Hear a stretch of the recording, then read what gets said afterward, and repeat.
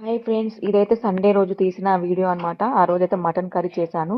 నేను ఎలా చేశాననేది నా స్టైల్లో మీకైతే చూపించబోతున్నాను. ఇంకా ఇక్కడ నేను 2 మీడియం సైజు ఆనియన్స్ అయితే కట్ చేసుకొని 3 స్పూన్ల ఆయిల్ వేసి జీలకర్ర వేసిన తర్వాత పచ్చిమిర్చి ఆనియన్స్ అయితే వేసుకొని 2 నిమిషాల పాటు అయితే ఫ్రై చేసుకుంటున్నాను. ఇక్కడ నేనైతే మటన్ కర్రీ అయితే ముందుగా కుక్కర్లో అయితే ఉడికించుకున్నాను.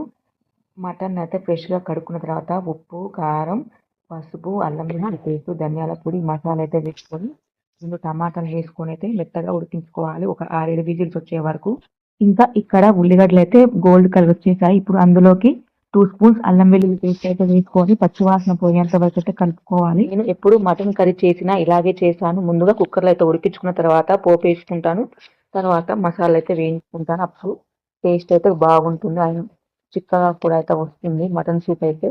వారంలో 2 రోజులు అయితే మా ఇంట్లో అయితే నాన్ వెజ్ అయితే ఉంటుంది. సండే రోజు, మిగతా రోజుల్లో ఏ రోజు తినాలనిపిస్తే ఆ రోజు అయితే ఖచ్చితంగా తెచ్చి తింటాము.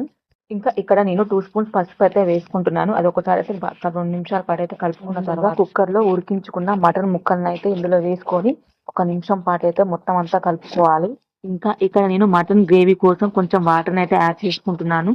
2 స్పూన్స్ ధనియాల పొడి, 2 స్పూన్స్ కొబ్బరి పొడి, కొంచెం మసాలా అయితే వేసుకొని 2 నిమిషాల పాటు అయితే కలుపుకోవాలి.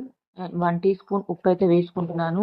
ముందు ముక్కలు ఉడికించేటప్పుడు అయితే వేసుకున్నాను. నాకు సరిపోదని చెప్పేసి మళ్ళీ ఇంకొంచెం అయితే వేసుకుంటున్నాను.